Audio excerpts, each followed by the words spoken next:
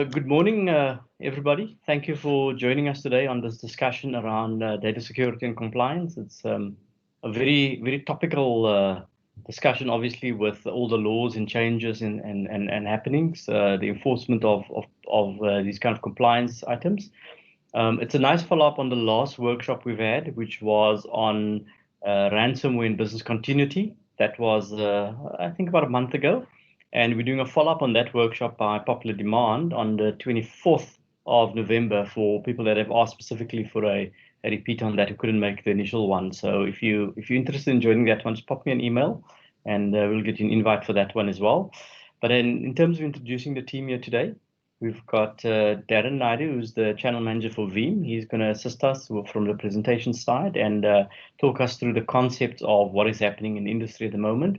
Please keep in mind that we are not lawyers or attorneys, and we talk it from a technical perspective in terms of how technology can help you meet those objectives and help you to maintain your compliance, obviously. We've got Mark Govender, who's also from Veeam. He's one of the system engineers to field some more technical questions. I've also got Rian Visser, and many of you will know him because you've interacted with him over the years. Rian is a guru on Veeam, amongst other things, and it's always good to have one of our consultants as well partake in the conversation. So the way we're going to do it today, if I can ask everybody to be on mute, we're going to run through a couple of slides from Darren's side, and if you have any interesting questions along the way, please feel free to drop them in the chat. Also, we will have a general session for discussion, question, answers, debates. Please be controversial if you want to. It's a discussion. It's meant to probe questions and see where we can help. So yeah, so from that point forward, we'll kick it off. So if I can hand over to Darren. Thank you, Darren, and team. Let's get going. Excellent. Thank you, Feroz. And thank you, guys, for taking time out of your day to join us this morning. As Feroz said, I think it's quite a relevant topic that we need to cover. We certainly aren't, industry experts when it comes to POPI or GDPR, but we can talk around the measures that we have in place that can help your organization to maintain a state of compliance, especially when it comes to the data management aspect of the Compliance Act. So as you all should know, POPI or POPIA, as it's called, came into effect on the 1st of July. And 1st of July 2020, and industries have about a year exactly to comply to regulations. So today we're going to talk about some of the implications, and because we don't really have much information or history regarding POPI, we will talk around GDPR. So POPI is built around the GDPR framework, so it gives us a nice reference point to talk to. So without further delay, let's get stuck into the slides. I promise you it will not be dead by PowerPoint. Like Feroz said, we want to make it as interactive as possible. So please stop me if you have any questions, or if you have any comments, please feel free to shout out as I go along. Okay, so Veeam's approach to data management is quite a holistic approach, as you can tell from the slides. So it's not just backup and recovery that we focus on. A lot of people know us as the backup and recovery vendor, but our approach to data management is a lot more than just backup. So we look at, from a cloud mobility perspective, how easy is it for you to move workloads between the various platforms? But not just move, how easy is it to come back or move to a different platform? So we like to try and make that process as simple as possible for you. From a monitoring and analytics perspective, this is quite an important aspect when it comes to something like POPI, as an example, and maintaining your state of compliance. So we've got tools in place that help you monitor your environment, so you can assess the health of it. But in addition, we can also tell you where your data resides through geotagging and help you maintain your compliance in that aspect. From orchestration and automation, this refers to DR. DR is a major part of the compliance aspect as well. So not just from a POPIA perspective, but from your own organization perspective, you've got to have a compliance, you've got to have a DR plan in place to ensure you are compliant within your organization. But it's not just about maintaining compliance. It's also about the ability to recover in the event of a failure. And governance and compliance, we're going to speak a lot about that today and how the tools that we have can assist you in this area. And lastly, the foundation of our product is backup and recovery. Okay, so let's look at some of the trends or the privacy momentum in around GDPR specifically. So GDPR came into effect a few years ago, and some of the major fines that we've seen, and this is just looking at the fines that's greater than 100,000 euros. So in 2018, the first fine was issued for 400,000 euros, right? So that's about 7.7 million rands. In 2019, we've seen 31 fines issued that were greater than 100,000 euros, and that amounted to 8.5 billion. The largest fine for a single organization was British Airways, and they were slapped with a 4 billion rand fine. So those type of numbers can cripple an organization, especially if you look at organizations within our country. A lot of us can't really afford to take that kind of hit, especially after recovering from the recess that we've just been through.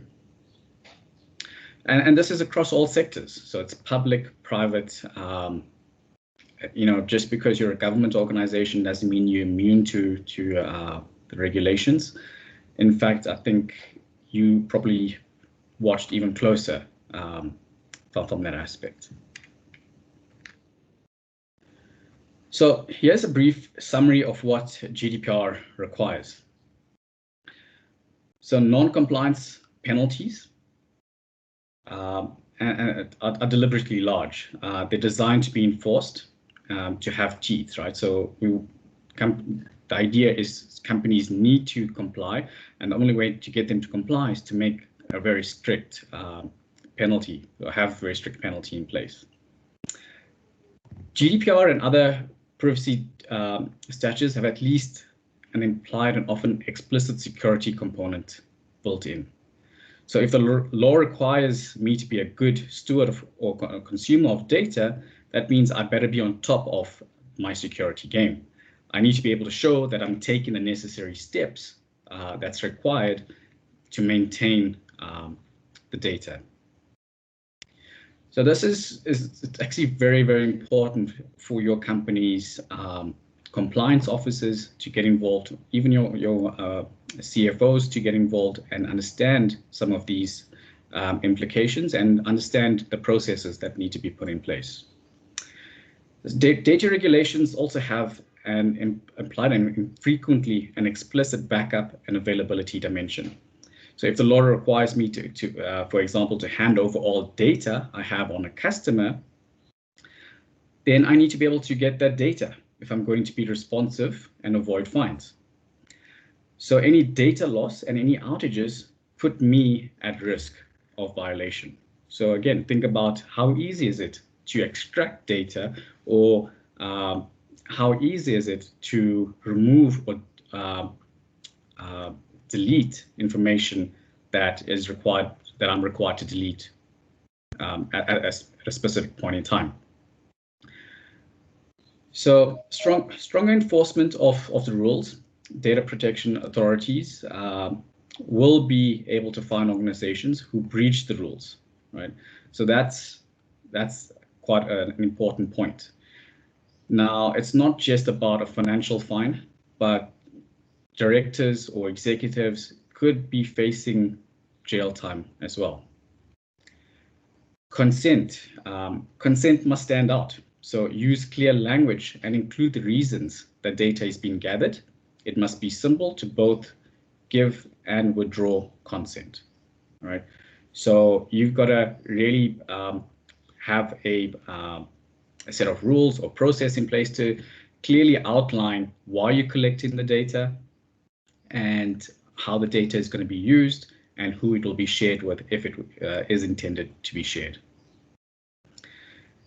Another important point is the right to be forgotten, and we will talk a little bit more on this point in a use case later on in the presentation. If a person no longer wants their data to be processed and provided, that there are no legitimate grounds for retaining it, the data has to be deleted. This is about protecting the privacy of individuals, not about erasing past events or restricting freedom of press. So note that the right to be forgotten is not absolute. So there is cases where the laws around retaining data for a set period of time will override the right to be forgotten. So easier access to one's data. Individuals will have more information on how their data is processed, and this information should be available in a clear and understandable way. A right data portability will make it easier for individuals to transmit personal data between service providers, as an example. And the right to know when one's data has been hacked. So this is also very relevant to today's world. We've seen a number of local companies being targeted and held ransom through ransomware attacks. And to date, the implication for that company has really been about brand damage. We haven't seen any fines being imposed as yet, but this could pose a serious issue should companies be hacked through ransomware.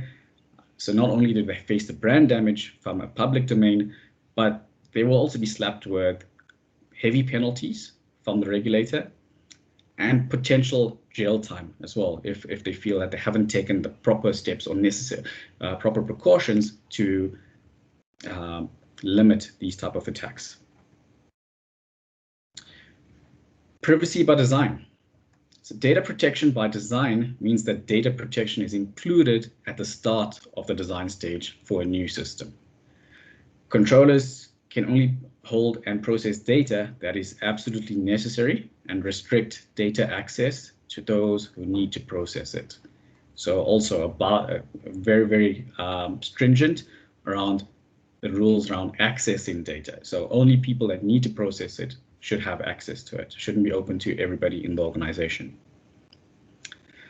Data protection officers, or DPO. So companies whose core activities consist of data processing operations requiring regular and systematic monitoring of individuals on a large scale, process a lot of sensitive personal data, must employ a data protection officer. So this is something that could be quite relevant to the financial industry or legal or even healthcare. Okay. So POPIA, the Personal Information Act. What is personal information? So personal information means information relating to an identifiable living natural person, and where it is applicable, an identifiable existing juristic person, including but not limited to the few points that we will go through in the next few slides.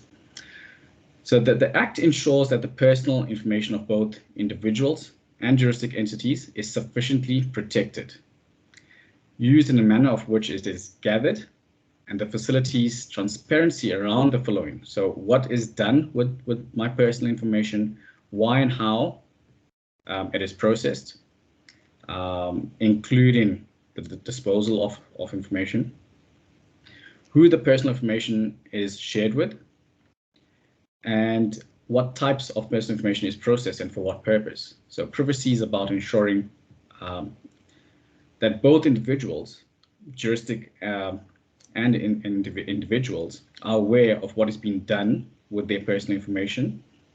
So the South African Constitution emphasizes the right to privacy, and this means that ultimate ownership of personal information resides with the individual.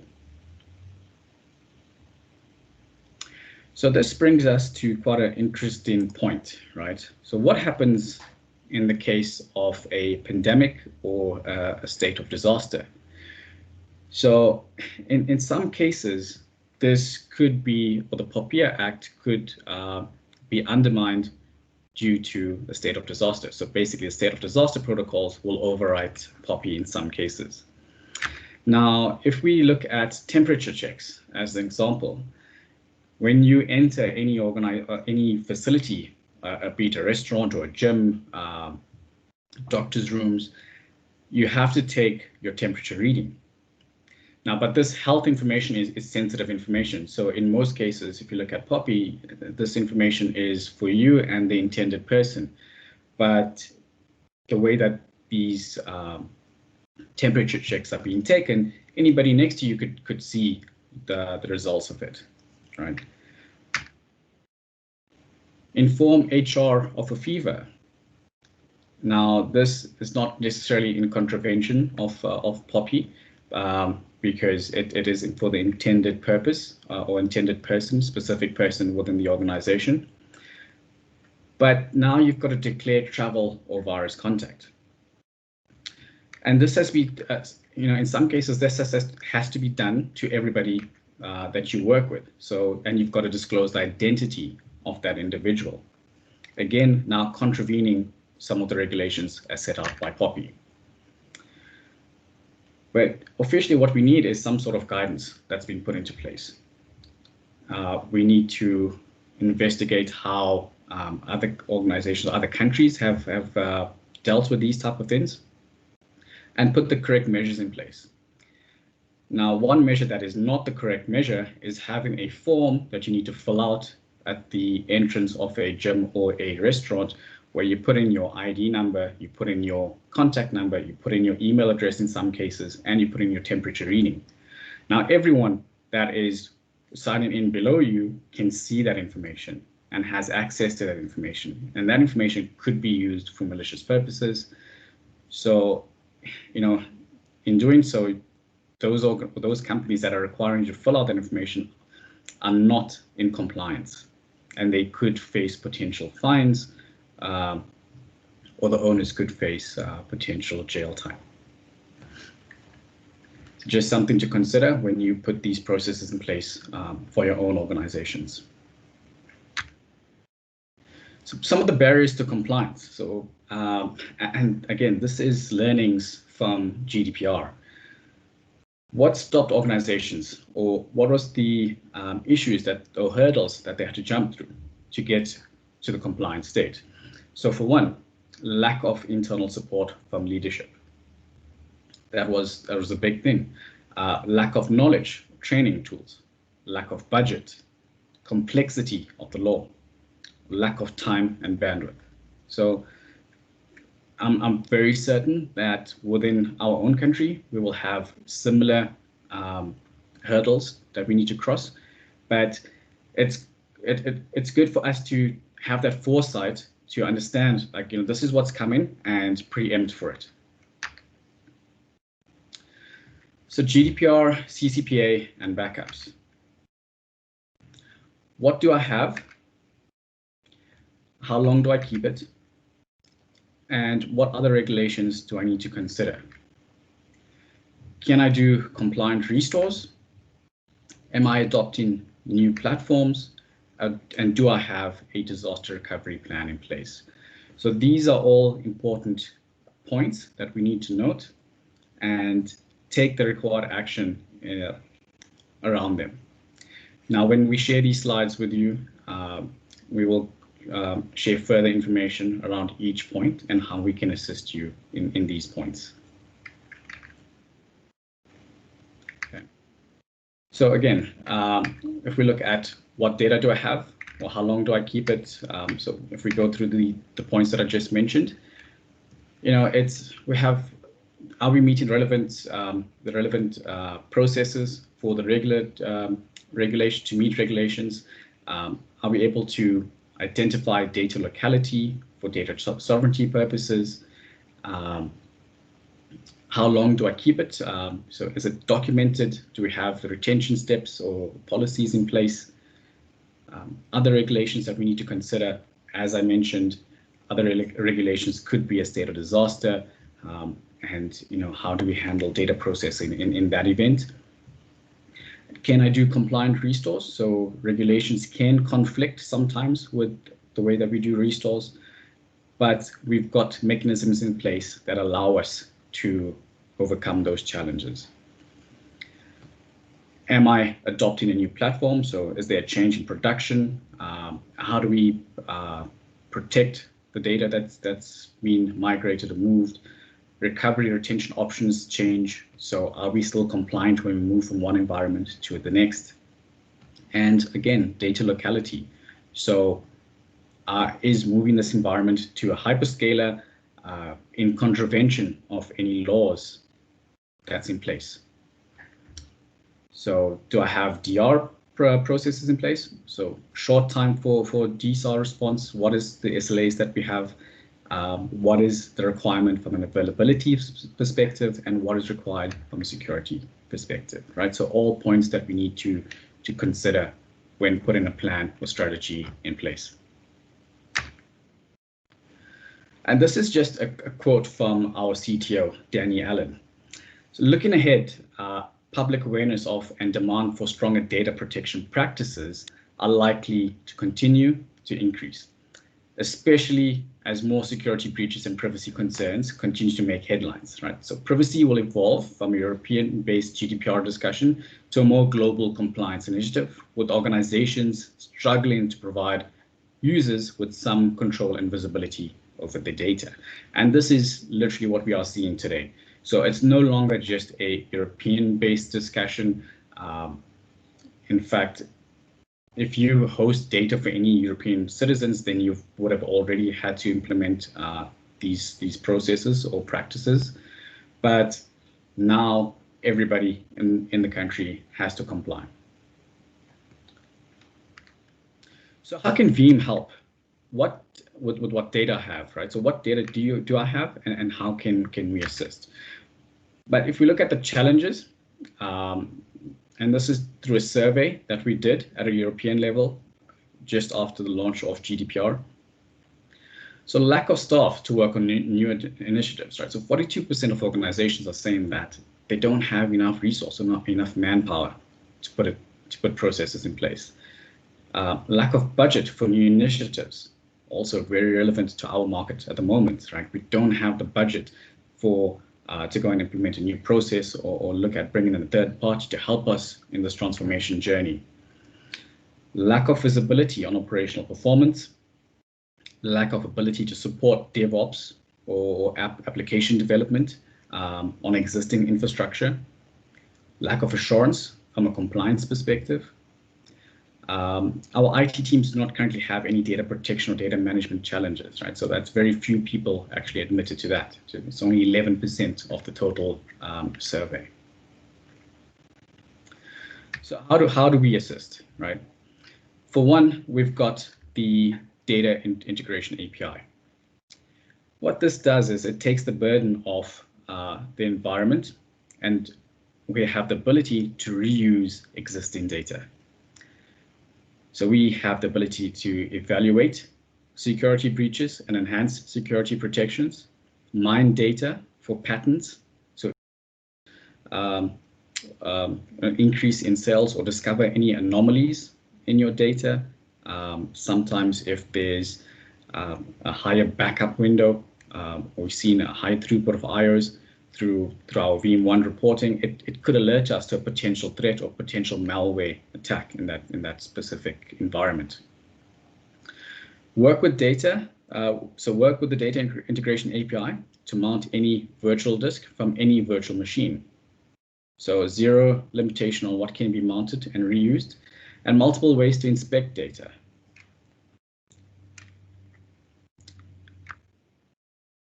So if we look at data locality and what data do I have and where is it, we have the ability to tell you where that data resides. So we can ensure data sovereignty, compliance from a compliance perspective is met. The process to tag your data is very simple. To identify where the tag data resides is very easy as well. And I urge you to use the likes of Rian or Mark from a Veeam perspective or from a Verstek SE perspective to help you guys understand these applications better and maybe even show you how it works through either a lab environment or through the use of a POC. Now, this is a snapshot of a VBR console, so Veeam Backup and Replication Console. So for the guys that are using Veeam already on the call, this should be a very familiar site for you, but you can see how simple and easy it is just to identify where my data resides. So right click on any production or backup infrastructure to define the location. Now you can create and manage locations through a very simple text field. You can define your infrastructure items and the locations, and any infrastructure, whether it's virtual, physical, or backups of cloud locations, can be identified here as well. Now, again, this is very important from a data sovereignty perspective to identify where that data resides, so you can prove to your customers that their data resides within the country or resides in a country where the laws are very similar to POPIA or greater than POPIA. Okay. Now, if we look at locality audits, we can assist our customers by identifying where their production data resides and where the backup data resides, if it is separate, through. And this is a preset report that's already created for you inside of Veeam 1. So the report is called the locality audit or data sovereignty report. And it's also very, very simple to use. So data sovereignty tells you where all your protected objects reside, and whether it's backups and replicas, and it's grouped by location. And then from a governance and compliance perspective, it shows details on the locations of backup copies and replicas, for data sources grouped by production data location. So that means if your production data is separate from where your backups are, you're able to see that in a single view as well. Now, we spoke about this very early on in the presentation. Can I do compliant restores? And simply put, yes, you can.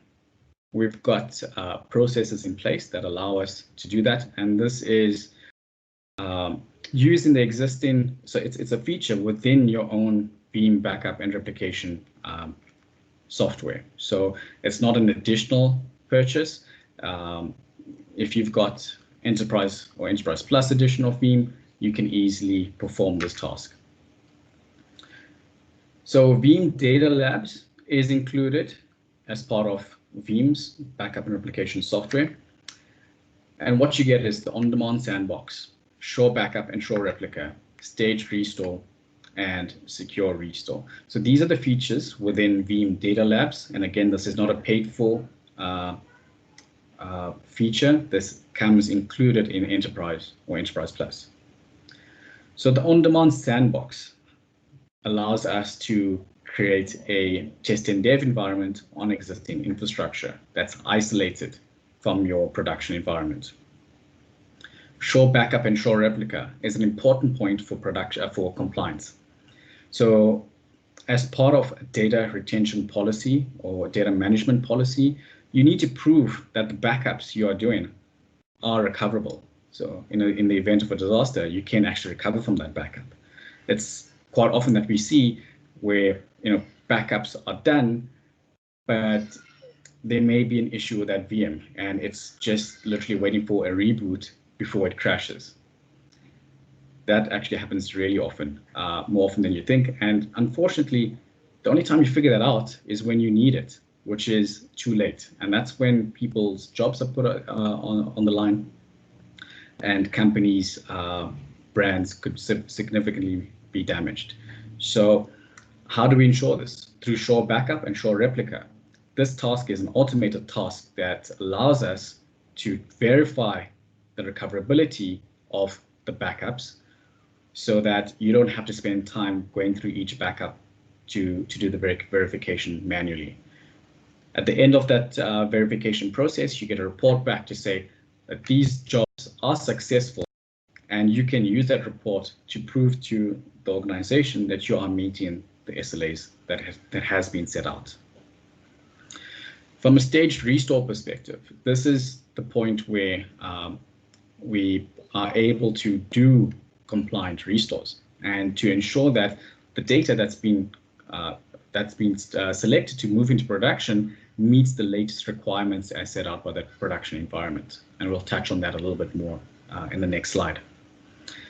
Secure restore works in a similar fashion to staged restore, and this is in the event of a ransomware attack or virus threat, and you need to recover from a backup. But there's no guarantee that your backup file is not infected. So what we do is we put that backup into an isolated environment. Through the data integration API, we're able to plug in various virus engines. So out of the box, we support the Windows, we support, I think it was Semantic. So there's a couple that support out of the box, but literally any backup vendor can plug in to our isolated environment, and we can run a virus scan against that backup before it moves into production. So that's also quite a valuable feature to have, and saves you a lot of time in the event of a threat. So let's look at stage restore in more detail.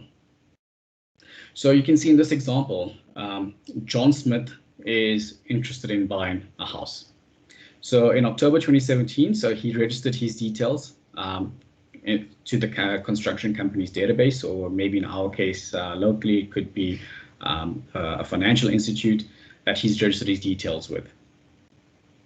The company takes a backup of this database, which includes John's contact information as well as other data, right? The job is then verified using Shore Backup. The construction company's database server in production crashes and requires a backup recovery. Now, in between this process, John may have decided that he no longer wants to deal with this company. So therefore, they now have the obligation to remove his details from the database, right? So remember the right to be forgotten. They no longer need his information for any purpose, because there was no contract that was concluded, and he should not receive any more marketing material from this company. Now, in the event that they need to recover because of a outage, they go to the backup file that now has John's details in it, and when it's restored into the production environment, he suddenly starts getting marketing material again, or starts getting notified about projects, which, you know, it may not seem like a serious thing, but in John's mind, it's a pain, and he doesn't need to take that, and he could take them to task. So he could take legal action against this company. So how do we avoid this? So what happens is when John says he wants to be forgotten by the company, they will run a script on their production environment, removing John from their database. So now in the event of a disaster, let's assume the disaster happens just an hour after the script runs, and John's details is in the backup file. So what we do is we take that backup file, we mount it into this isolated environment. We run the same script that ran in production to ensure that the backup meets the compliance requirements as set out by the production environment, which means that John's details will be removed. And then once that's done, we move the backup job into the production environment, maintaining that state of compliance.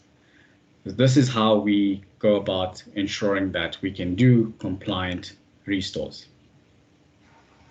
Does anybody have any questions around this particular process? And it's quite a busy slide. No? Okay. So one other thing that we need to consider when it comes to compliance is Office 365 backup and recovery.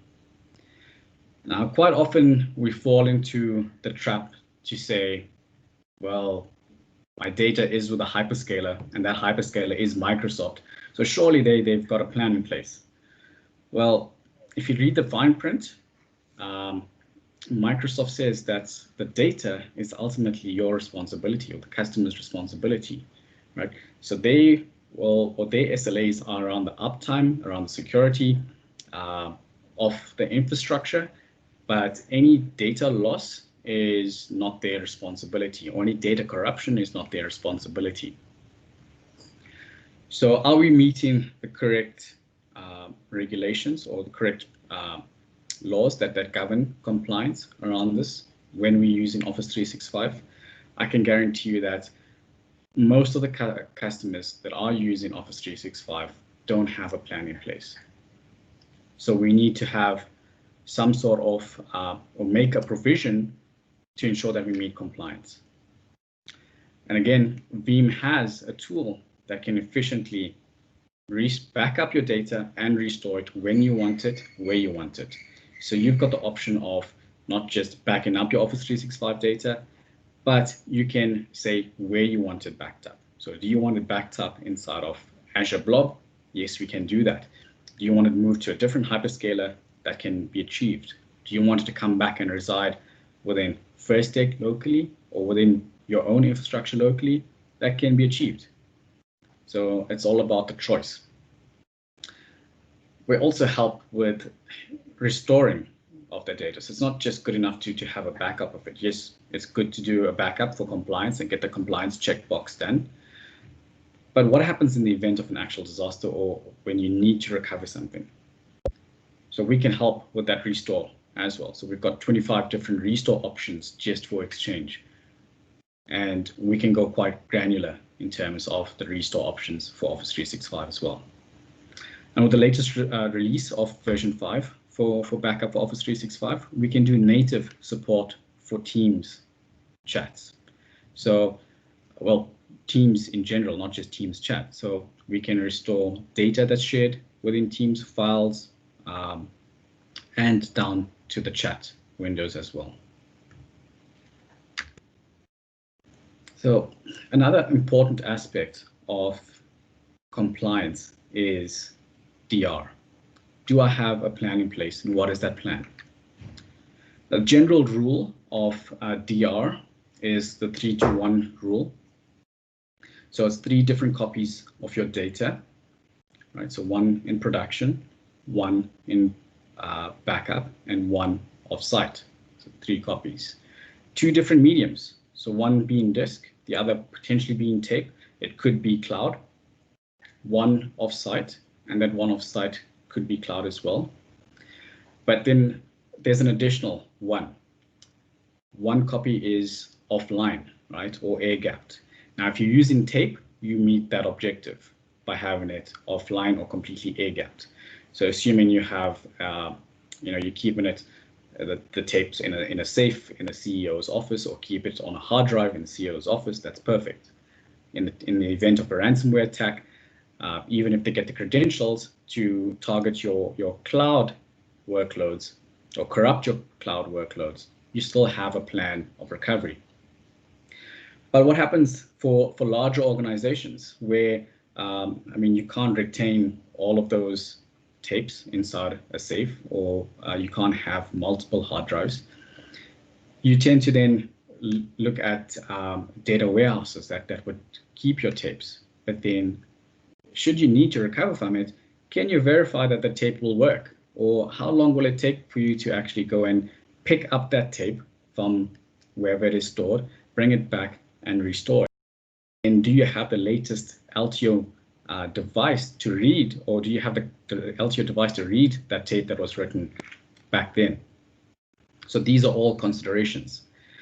Now, when I say immutable on the 1 offline, what we're referring to is basically not being able to alter that particular set of data.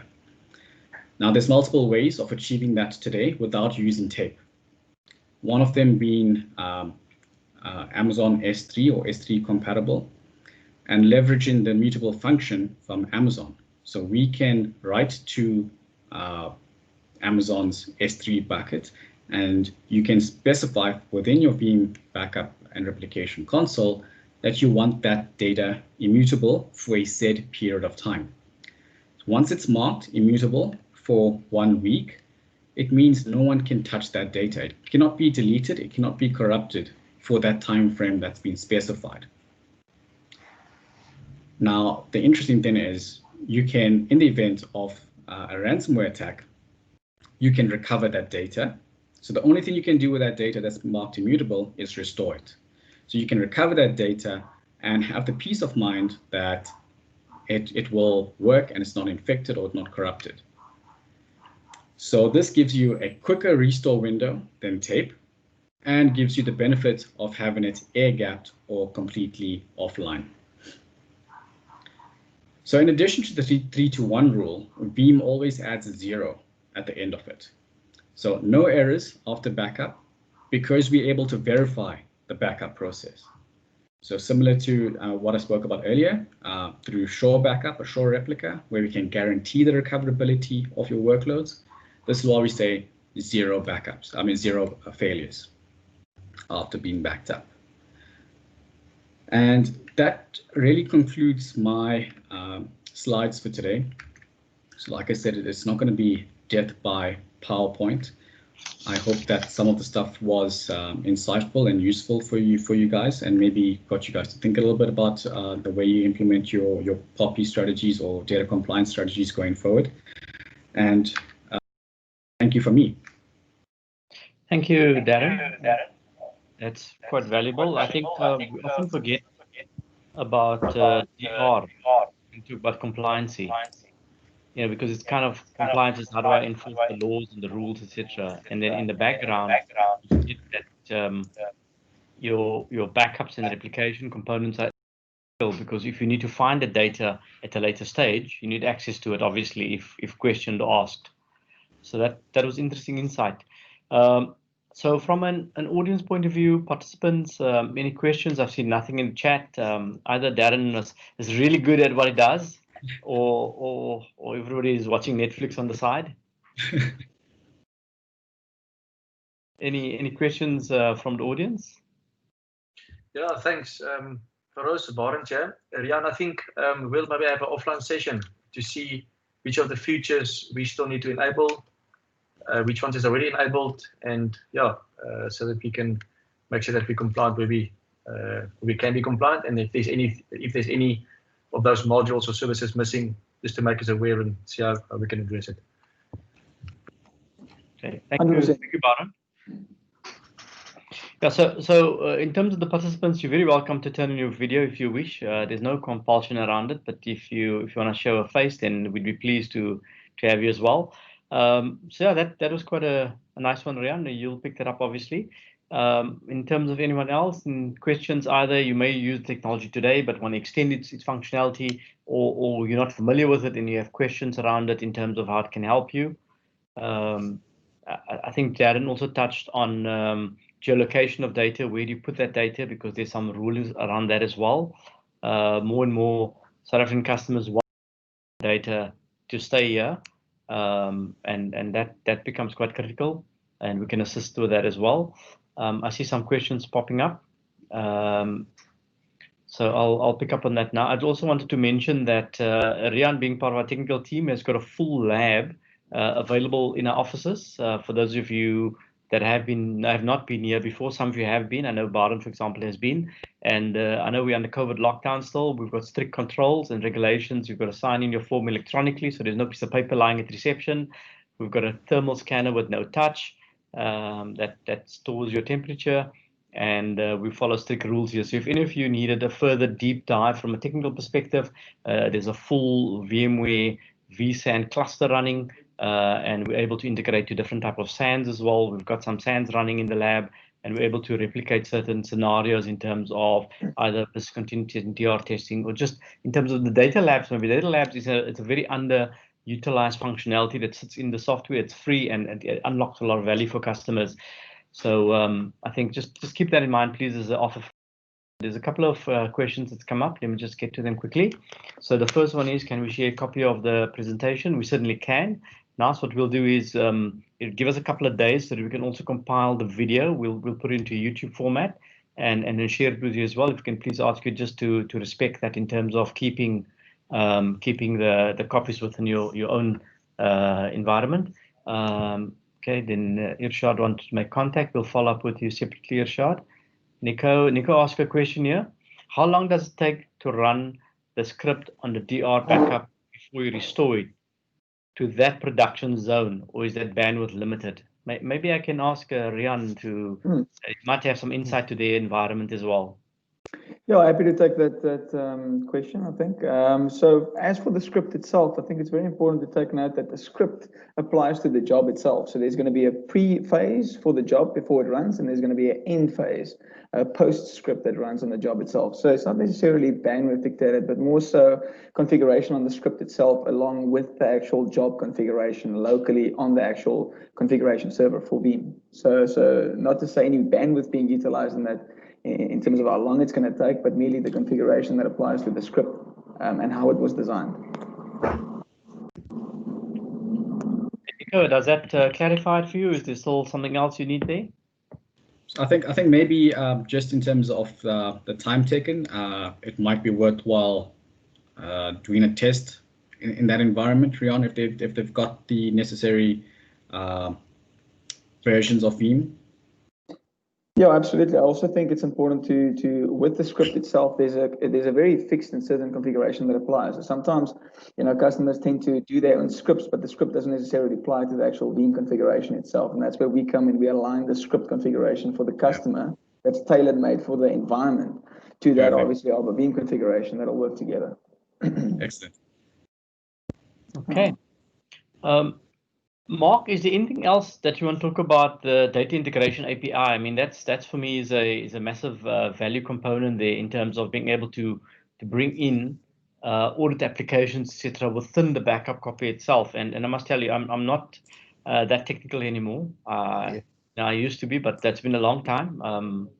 But it'd be interesting just to understand a little bit more there in terms of what is the capability there, what can be done. Okay, sure. So I think one of the most important things with the data integration API is the classification of data. And I've seen it with a lot of customers. They don't kind of have the ability to be able to tell what sort of data they've got in the environment, whether it's credit card data or people's ID numbers and so forth. That there are tools around that you can actually use to integrate your production data to get that information. But the biggest problem with doing that is it actually impacts your production environment. So imagine trying to scan these database servers, okay, that people are using live, and it's getting interrogated by some third-party tool, and it actually starts slowing down that server, which is a bit of a problem. So what we can do is we can allow you to take your backups. So you've got last night's backups, okay, and we actually mount those backup files onto a server that actually has that data classification software. And that can actually run the process there, which means it has absolutely no impact on the production environment. And you could actually do data mining from there as well to use it for business intelligence as well. So it does open up a lot of doors for customers, and it's got absolutely no impact on the production environment. Yep. So I think that's quite an important point that you raised there, Mark, because that leads me to one of the points that I wanted to mention. So how do you manage your data from different applications that resides on the same server? So typically when you do a backup of a server, you have to retain that backup for a set period of time. But what happens if there's different regulations for different data sets? As an example, health data versus HR data, or financial data versus legal data. There's different regulations that govern each of them. Now that data integration API can help you in terms of that retention periods as well, or maintaining the data retention periods. Is that correct? Yeah. So what happens there is once you've kind of classified the data, based on that, you'd actually be able to determine what the retention policies need to be for each specific data. And from there, you can actually apply that to those backup files. Down to application level. Absolutely. And so another thing that we actually offer is the ability, like you spoke about the 3-to-1 rule, having another copy of your data offsite. We actually give you the ability to have different retention policies for each backup file set. So you could have your local on-site backups with a certain retention policy, as well as your backup copy jobs that will actually maybe have a totally different retention policy. So that kind of assists you to make sure that you've got the right data at the right time. Perfect, thanks. Yeah, that was interesting. Nizam, I suppose the question that's quite an interesting one because I've never heard anything similar to that before, but I think I'm going to need Nizam to expand on that a little bit. His question was, can you briefly talk about the forthcoming options that Veeam is going to offer for an Apple environment? Whenever somebody mentions the word Apple, it always becomes a controversial discussion. Nothing wrong with that, Nizam. I think, especially in the education space, Nizam is with Random House School, and Apple's got a key role to play in the education environment, as a matter of fact. So we can't discount that. But I'm not entirely sure what is your question. Are we talking about Apple device? Are we talking about your Apple workstations, or are we talking about your Apple tablets, like your iPads, etc.? And perhaps a little bit more about what you're talking about, unless you just want a bit of generic feedback. Can you let me know, Nizam? So Feroz, I think we can comment on that. With version 11 of our software, which is literally weeks away, we will be able to protect the Mac OS. So at this stage, it's the first agent that we launch in for Mac or for Apple. And like I said, it'll cover Mac OS. Unfortunately, we're not going to cover iOS just yet. Or, what the plans are, what the timelines around that, I can't really comment on. But if you do have a MacBook, we can certainly protect that. Okay. And when I say protect, I mean keep a backup of it. Yeah. Sorry. So that's in line with your abilities to support workstations, obviously Windows workstations, Linux workstations, obviously Windows 10, etc. So that spectrum of workstation backup capability and the agents that's available for servers as well, physical tin. I mean, Veeam is very well known for the virtual support of virtual machines, but over the years, the relevance of legacy systems, I'm going to use that word, as in physical tin servers, as well as tape libraries has become a requirement. Tape libraries are still immutable backup storage and non-threatening because it's not online. So that's good to know. I wasn't actually aware of that. Thank you. Okay, cool. It sounds like we've answered Nizam's question. For us, maybe just to elaborate a little bit on that Mac capability. It would follow, Nizam, maybe just some insight into the actual functionality a little bit, how it's going to work, but it'll be a very similar approach to the physical agent currently out there for Windows or for Linux for that matter.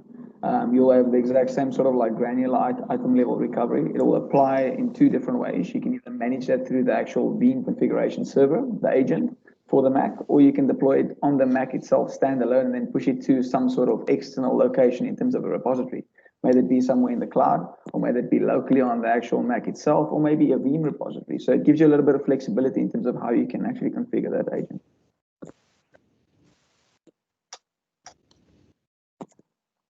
Thank you.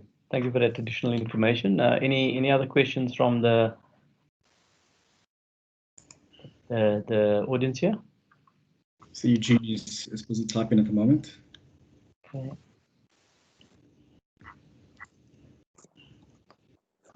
I think maybe while he's typing, Darren, you guys, yourself and Mark were talking about retentions just now, short term, long term, etc. And I think maybe a question that gets asked often is how long should we actually retain data, company data? So maybe I'll just elaborate a little bit on that question itself also, because I think it's very important for customers to first define exactly what the actual retention is, may that be short-term or long-term. I mean, some customers have a 30-day restore point locally for fast backup, fast restore functionality, and then maybe a longer retention that could possibly sit off-site. You mentioned the air gap, maybe that's a S3 compatible or a public or private provider itself, maybe IBM Cloud or AWS, or even something maybe as virtual tape library, which is a very powerful Veeam functionality that one can utilize, which is effectively a tape device on site, but sitting offsite in the cloud on AWS, for instance, residing really and consisting of disk capacity that you carve out for the tapes, which gives you a little bit of flexibility also. So In terms of how long shall I retain my data, I think it's important to establish sort of like the type of data, not just for the company itself, but some of the customers that's in this team meeting have clients that they serve, right? So it's important to also understand the client requirement in terms of how long they need to keep the data, and then build like a holistic retention policy that complies to not just company data, but also the clients, and then manage it under one umbrella. I think it's really important. Yeah. So that's 100% Rion, and that really does talk to our capability to define the data sets from different applications and put different retention policies in place for each of those applications. So before I bounce off to Nico's question, I just want to extend what you've just touched on now. So I'm starting to put the pieces together of this big puzzle, right, about your data and where is your data. So your data sits on a server or on an application. Your data sits on or a workstation often, even though in theory it shouldn't, because that's not the device you want to be storing your data on. I think most companies got policies around that, but inevitably somebody's got a spreadsheet sitting on a notebook or a document or a customer document or whatever it might be, on a local notebook because they were working at home, whatever the case might be. So, and stuff sitting in OneDrive, as companies moved away to some extent of local storage for the users, they are now using OneDrive for that. So people are moving copies of an ID perhaps into OneDrive. Maybe a mistake, maybe on purpose, as part of a project they're working on. So you've got your data sitting in SharePoint, you've got a data sitting in OneDrive, you've got data sitting in Teams now, you've got your data sitting on the desktop, you've got it sitting inside the email itself, and then you also have it on the server location. So I think what I'm seeing is here, this whole data retention component. Let's not even talk about backup and recovery. Let's talk about data retention. It's quite an important area to cover, because what happens when it's removed from OneDrive and you need that document from a legal presentation perspective or from the email perspective, perhaps. Yeah. So it's just a broader thinking. So I see Rian has already responded to Nico. Nico, we can definitely approach that. I think we just need to understand the parameters of what you want to achieve within a POC. POC is always exciting. It's also about how long is the piece of string. And I think this year is coming along rapidly to the end of the year, but we'd be very eager to help you with whatever you need there. So let's take that offline, please, and organize that. Let's see what Eugene said. So I'm going to ask one of the technical guys to respond to that, and there is support as well, if I can just mention, not only from a Veeam perspective for VMware, Hypervisor, and Nutanix as well, by the way. Nutanix is not that big in South Africa, but it's also there. So it's spread spectrums and then across the Unix systems as well. But either Mark or Rian, do you want to pick up that question? Yeah. So just before the tech guys comment, just very quickly. So from a feature standpoint, so remember Veeam started with backup and replication for VMware, and then transitioned to moved over to Hyper-V, and now supporting Nutanix or AHV, Acropolis, as Feroz has mentioned. But that's one of the reasons why most of the development always VMware first, and then filters down to the other products. So although Hyper-V is lagging behind slightly from a VMware standpoint, 90% of the features that Veeam offers is available for Hyper-V at this stage. But I'll let Rian or Mark comment on those features. Yeah, so in terms of what we've actually spoken about today, you would be able to actually still carry out that functionality on the Hyper-V environment. In terms, just to kind of highlight it to you, but the Shore replica is probably the only thing that actually wasn't available for Hyper-V. And if you look at the Stage Restore and the Secure Restore, we're actually using the Shore backup jobs to actually carry this out. So in terms of doing DataLabs will actually be available, or is available, for Hyper-V and VMware. That answers your question. Yeah, I think the only thing that would be lagging behind is Veeam Availability Orchestrator from a DR perspective, where at this stage Veeam Availability Orchestrator only supports VMware, but we could see support extended in the near future. Good, sure. Thanks, man. Maybe also to add, guys, a very important component, which we spoke about the 3-2-1 rule earlier on, the immutability functionality.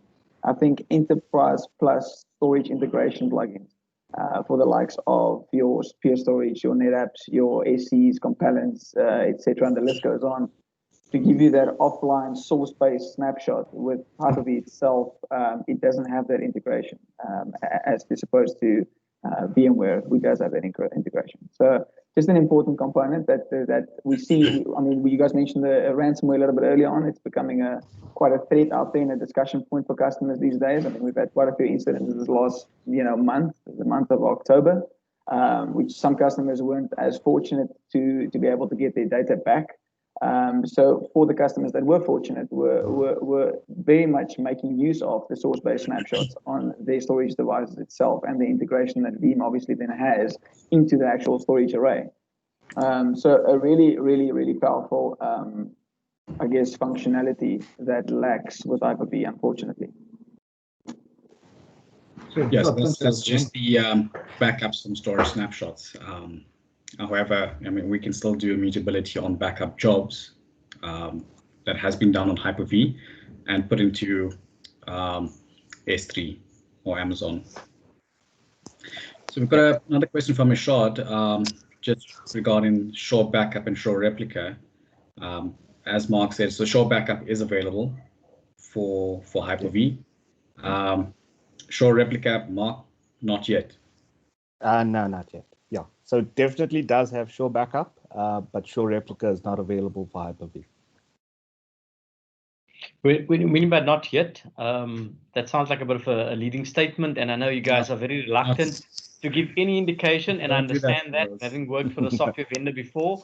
The moment you there, it becomes a fact, even if it's just on the R&D board, right? And expectations are raised. But this is obviously so let me ask that question differently to Mark. Let's keep Darren out of it for now. Is this a common request? We do see it a lot. So yeah, so you're absolutely right. There is something on the board, but I can definitely tell you that it's not going to be in version 11. And I'm not going to say anything more. Okay, right. We can't hold you to anything there, but the fact that it's not in version 11. Okay. No. Thank you.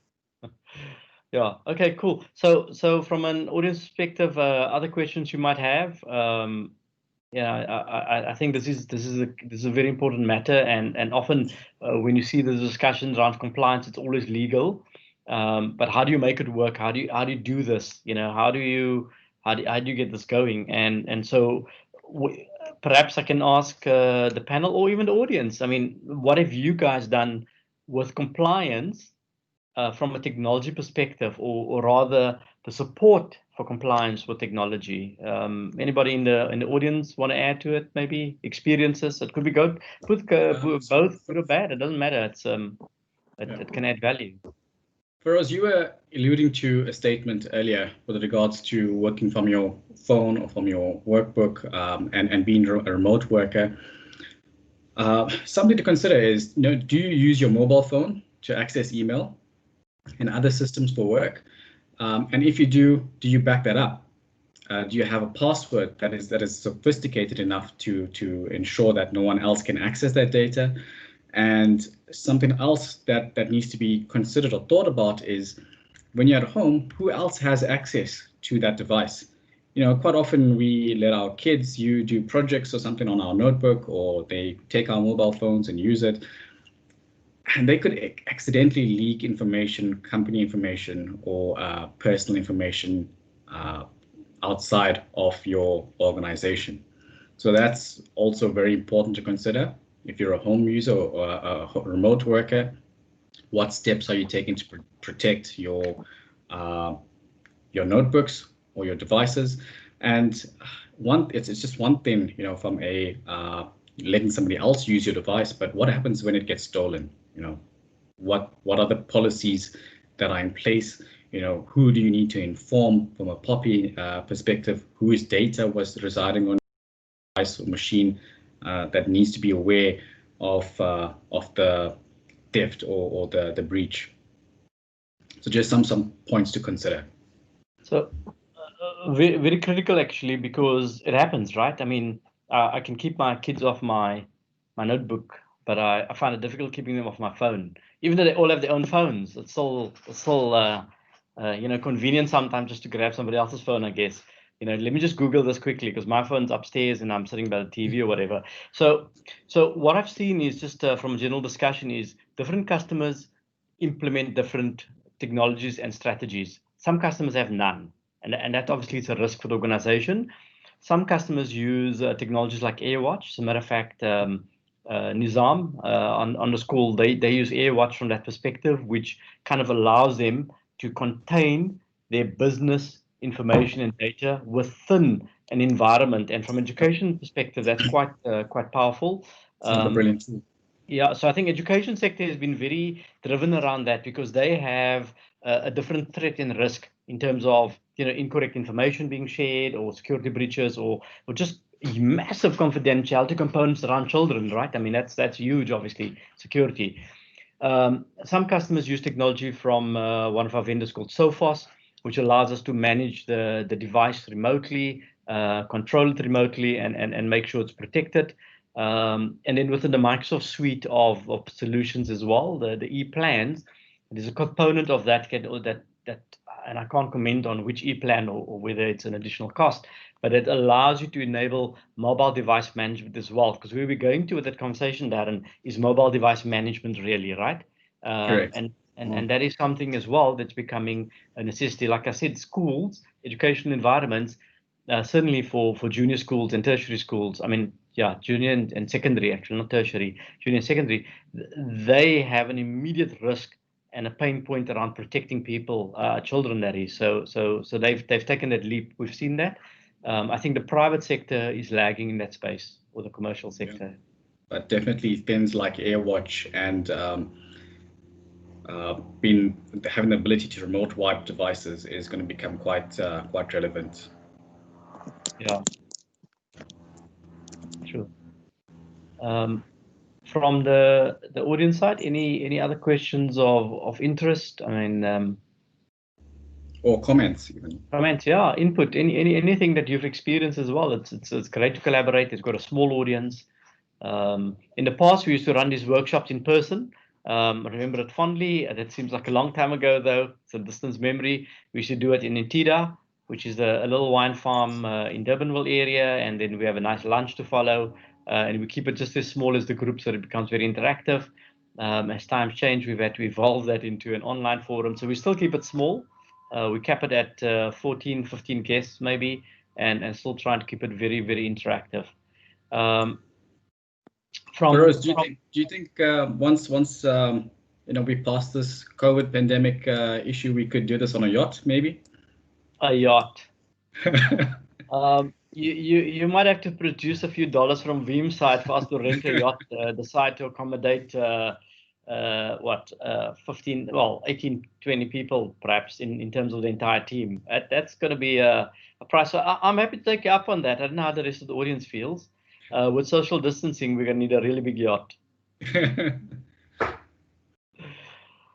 So certainly can be done. Yeah. So from my side, I mean, if there's no specific questions or no further input from either the attendants, the attendees, or the panel, then we can wrap up the session early and give you back 15 minutes of your life. And I really appreciate the time. I'm going to keep it open for another minute or two. I really appreciate the time that people have given this, and I hope you find value in it. We will share the presentation. We will share 1 or 2 white papers with you, and we'll share the video as well, which we ask you to keep private.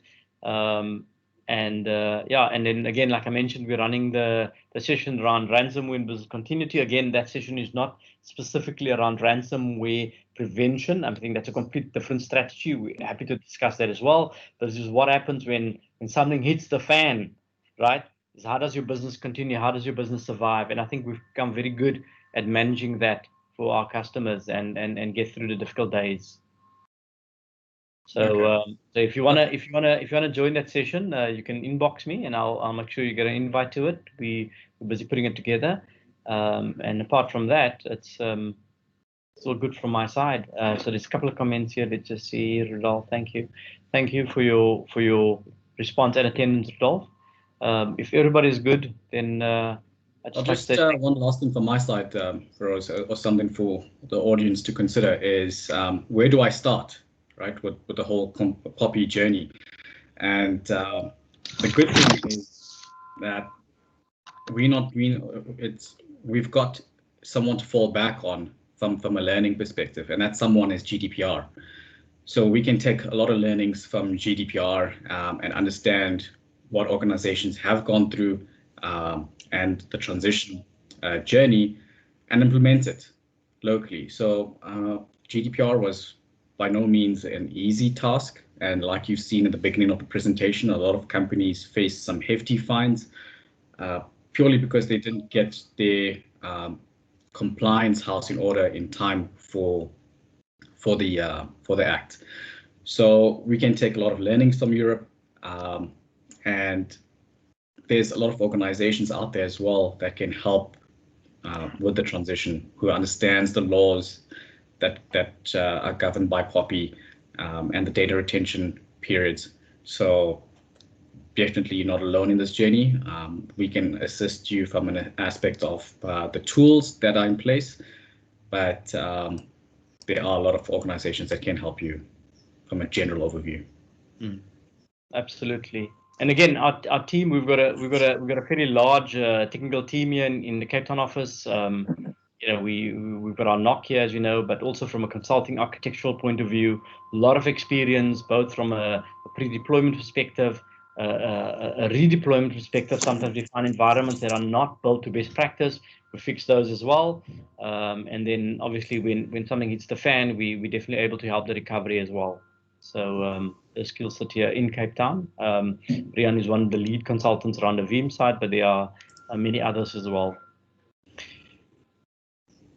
Okay, so let's see this one coming up here.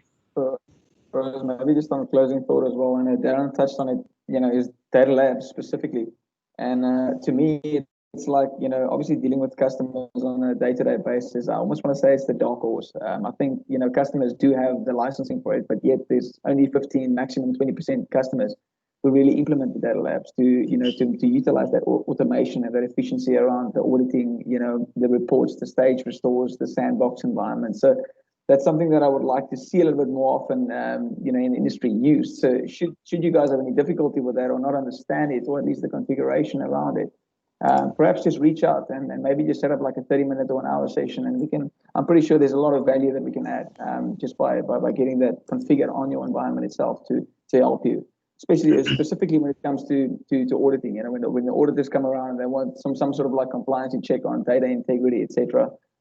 That's where it starts becoming really powerful, because by a click of a button starting up the lab, I know it sounds cliched, by the click of a button, but I am technical, and I promise you, with the configuration being done properly, with the click of a button, the lab will start up. It will kick out that report, do the necessary testing, etc., which effectively just streamlines the process and makes your life a lot easier. Rian, you've reminded me of something that we didn't discuss at all today, and is that depth of that audit report capability within the Veeam environment to be able to generate a complete auditable report for the business from a compliance perspective in terms of the effectiveness of the backups and integrity of the backups. Because during that backup process, there's not a backup session, but it's related obviously, and during that backup process, it tests the VMs or the key VMs you wanted to test for the integrity, so that you don't have a dead VM that when you need to bring it back to life, you discover the thing is blue screening, for example, or other integrity issues with it. So, and people who've got a lot of VMs, we're dealing with a customer on a project right now. They run 800 virtual machines, right? So how does a business test 800 virtual machines? Or maybe if we assume 50 of them are absolutely business critical, how do you test 50 VMs on a regular basis, right? That's a full-time job for numerous engineers. Consider the amount of resources you need from an IT perspective to make it happen. You've got ability to use the word push of a button to generate that report, which gives you the confidence that for your data integrity, your backups are in a good place. Thanks for mentioning that earlier. 100%. All right, cool. Thank you very much to everybody for attending. I'm going to wrap it up here. Have a good day further. Looks like